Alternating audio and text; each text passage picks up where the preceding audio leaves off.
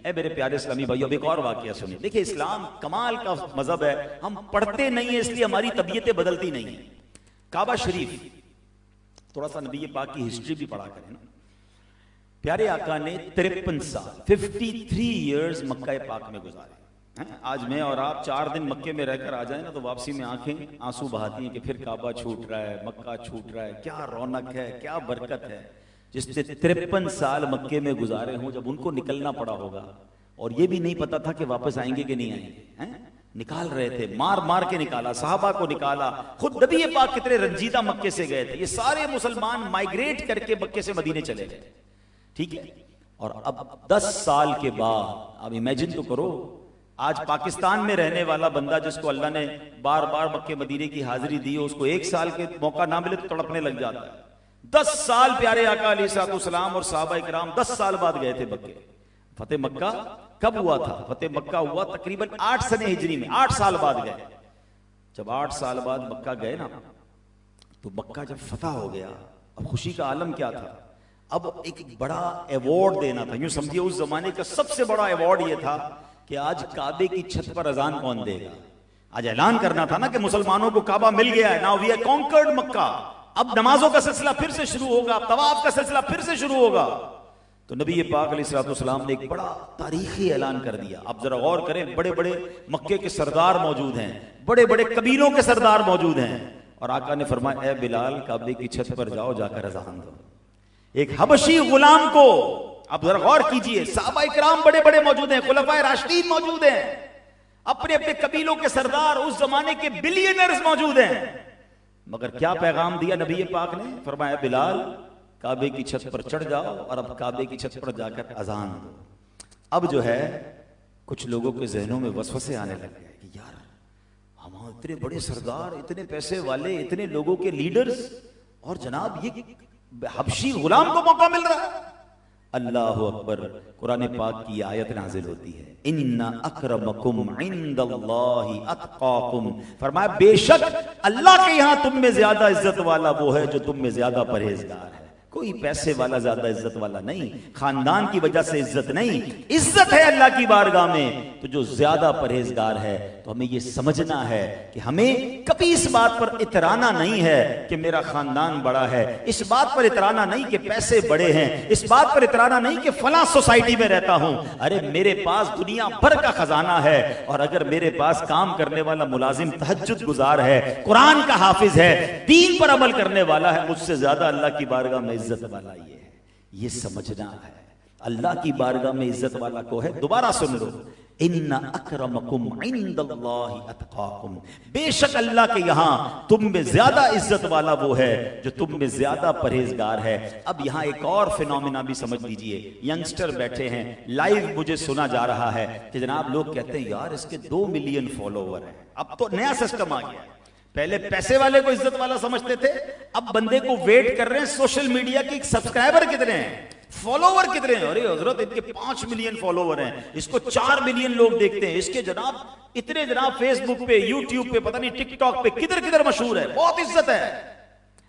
असल में ना आज एक और चीज भी समझ लो, शोहरत और है, इज्जत और है। ठीक है, शोहरत, अगर शोहरत को काउंट करना है तो सबसे ज्यादा मशहूर पता है कौन है दुनिया में? वन ऑफ द टॉप मशहूर लोगों में शैतान सबसे ज्यादा मशहूर है। अगर आज शैतान का फेसबुक पेज होता तो पता नहीं कितने बिलियन उसके चाहने वाले होते हैं। कौन दुनिया का मजहब है जो शैतान को नहीं जानता? फिरौन से ज्यादा मशहूर कोई है? तकरीबन मजहब के लोग जानते हैं उसको। तो पता चला कि मशहूरी तो बहुत सारे लोगों की है जो अल्लाह को नापसंद है मगर शोहरत रखते हैं। गलत काम करके शोहरत कमाना कोई कमाल नहीं, कमाल है कि इज्जत किसकी है। जिसके 3 मिलियन फॉलोवर हैं, वो फॉलोवर उसके नेकी के काम की वजह से या हराम काम करने की वजह से, नाच गाकर, नंगा नाच कर, बुरे काम करके दुनिया भर को दिखा दिया और कहा बहुत दुनिया मुझे देखती है। अरे हर व्यू पर कहीं तुम्हें कयामत के दिन मार ना पड़े। जितने फॉलोवर तुम्हें देख रहे हैं हराम काम पर, अब पहले तो अब दिल ये दुखने लगा कि इस चक्कर में हुआ क्या। ये हमारे बुजुर्ग बैठे हैं जो हमारी एज के हैं, 50, 45 प्लस। हम अपने बचपन में सुनते थे कि यार फला ये खानदान ही अलग होता है, ये लोग ही अलग होते हैं जो फिल्मों ड्रामों में नाच गानों में जाते हैं, ये अलग फैमिलीज होती हैं। ये शरीफ घरानों की कारोबार और ये खानदानी लोग नहीं होते, ये चंद अलग लोग होते हैं जिनका काम होता है ये गलत काम करना। और उनको लोग नाच गाने के लिए शादियों में बुलाते थे, तब भी हम शोर मच जाता था कि यार फलां ने जो है ना अपनी बच्ची की शादी में नाचने वालियां बुलाई, बड़ा बड़ा जनाब उसको बुरा कहा जाता था। ये उस जमाने की बात थी। मगर अब जब से ये सोशल मीडिया आया तो घरों में बच्चे बैठकर, बच्चियां बैठकर अपने टिकटॉक बना रहे हैं, अपनी वीडियोस डाल रहे हैं और अब्बू को आके बताते हैं देखो अब्बू कितने मुझे फॉलोवर मिले, कितने लाइक्स मिले। वो बेशरम बाप कहता नहीं कि तुझे दुनिया हराम काम में देख रही है। पहले किसी के घर में अगर नाच गाना होता था तो उन्हीं को पता होता था। अब तो ये जनाब सुना है होने लग गया कि अपने घर की शादी में घर की लड़कियां नाचेंगी और उसकी वीडियो सोशल मीडिया पर डालकर चेक किया जाएगा कि जनाब कितने व्यूज मिले हैं।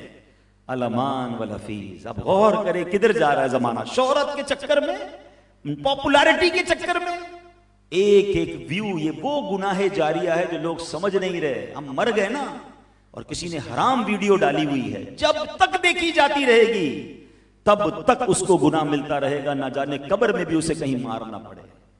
खुश नसीब है वो लोग अगर सोशल मीडिया का इस्तेमाल भी कर रहे हैं। देखें ना, आज भी मैं आपके घर में बैठा हूं, चंद मेरे भाई बैठे हैं, लेकिन अल्लाह खुश रखे साहिब खाना को इन्होंने लाइव इस प्रोग्राम को करने का प्रोग्राम किया।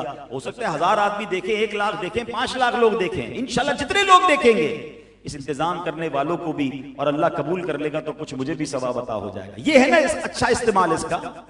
लेकिन नहीं, अच्छा फिर एक और अजीब बात है, जब इन लोगों को समझाते हैं ना तो लोग कहते हैं मौलाना साहब देखो बात ये है, सीधी बात करो तो देखता ही कोई नहीं है।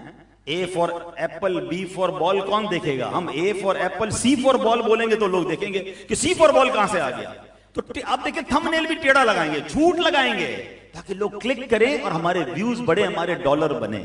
ये डॉलर आग बन जाएंगे। ये कुरान की आयत अगर समझ आ जाए ना, अल्लाह करे ये बात समझ आ जाए, इन्ना अक्रमकुम इंदल्लाहि अत्काकुम, बेशक अल्लाह के नजदीक इज्जत वाला वो है जो ज्यादा परहेजगार। इस चक्कर से निकल जाओ कि लोगों में इज्जत हो। मैं ख्वाजा गरीब दाता हुजूर का ऐसा खूबसूरत फरमान है, ऐसा कमाल का फरमान है, इधर जाके लगता है। दाता हुजूर फरमाते हैं जिसका मजमून है, कुछ लोग ऐसे हैं, फरमाते हैं खुश नसीब है वो जिसको दुनिया में कोई ना जाने, अल्लाह की बारगाह में वो मकबूल होता है। फरमाया बदनसीब है वो शख्स जिसको दुनिया में तो लोग बहुत सारे जाने मगर अल्लाह रसूल की बारगाह में उसका कोई मर्तबा नहीं। बताओ ना यार, अल्लाह की कसम दुनिया में कोई ना जाने, अल्लाह और उसके रसूल राजी हो जाएं, जिंदगी का हासिल है। और सारी दुनिया हाथ चूमे, सारी दुनिया नारे लगाए, सारी दुनिया अवार्ड दे और अल्लाह और उसका रसूल ही नाराज है, तो करना क्या है इसका? मारी पड़नी है मरने के बाद। तो वो इज्जत अच्छी है जो अल्लाह रसूल की बारगाह से, उसकी फिक्र करें। उसके लिए सोशल मीडिया पे आना जरूरी नहीं, उसके लिए नेकियां करना है, अल्लाह को राजी करना है, अल्लाह के बंदों को राजी करना है।